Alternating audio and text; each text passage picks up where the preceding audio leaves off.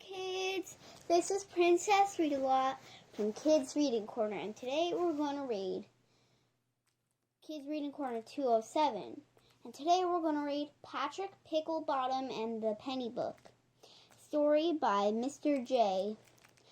Artwork by Gary Wilkinson. Patrick Picklebottom and the Penny Book. Young Patrick Picklebottom, who was always so poor and had only a penny when he entered the store. He walked past the candy, some toys and a ball, to the one thing he wished he could buy most of all. Unable to purchase, he resigned to just look.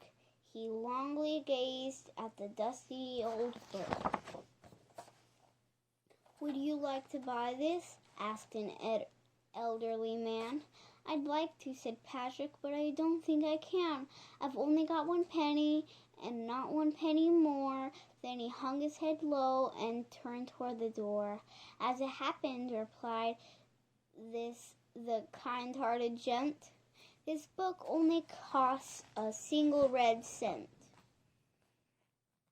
"Thank you so much," Patrick said to the man.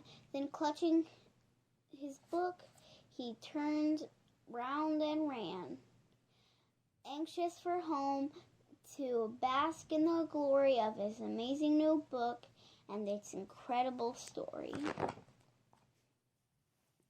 He had made it 3 blocks when he saw his friend Tom on the steps of his porch, staring down at his palm. In his hands was a smartphone, and he was swiping away, but stopped for a moment to look up and say, "Hey Patrick, come here. I've got this new app. It shows me new pictures every time I tap." "Pictures of what? And why would I care?" But Tom just looked up with a frustrated glare. "There are shots from all over. There's always a bunch. Hey, look, some girl posted a pic of her lunch. How else will you know what the world is about?" Patrick looked at his book. "I guess I'll find out." He continued toward home, through a park round a tree, when he heard a voice call, "Hey Patrick, come see."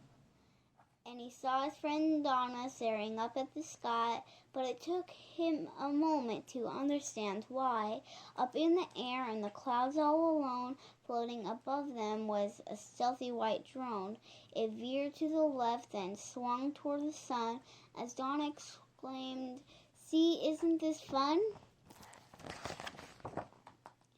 Looking confused, Patrick wondered aloud, "I guess it'd be neat to be up in a cloud, but you're on the ground and you're standing real still, so I'm sorry, I guess I just don't see the thrill." Donna looked stunned, and she said with a sigh, "The thrill is controlling machines that can fly. How else can we capture the excitement of flight?" Patrick looked at his book, and he clutched it real tight. Leaving the park and back on the run, he was close to his home and the sky lost the sun. He was at his front door with his hand on the knob when he suddenly heard his neighbor friend Bob. "Patrick, you're home. Come have a look. I've a new video game, so put down that old book.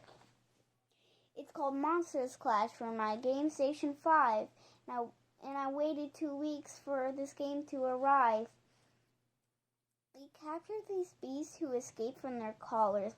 But that game," Pat exclaimed, "costs $300.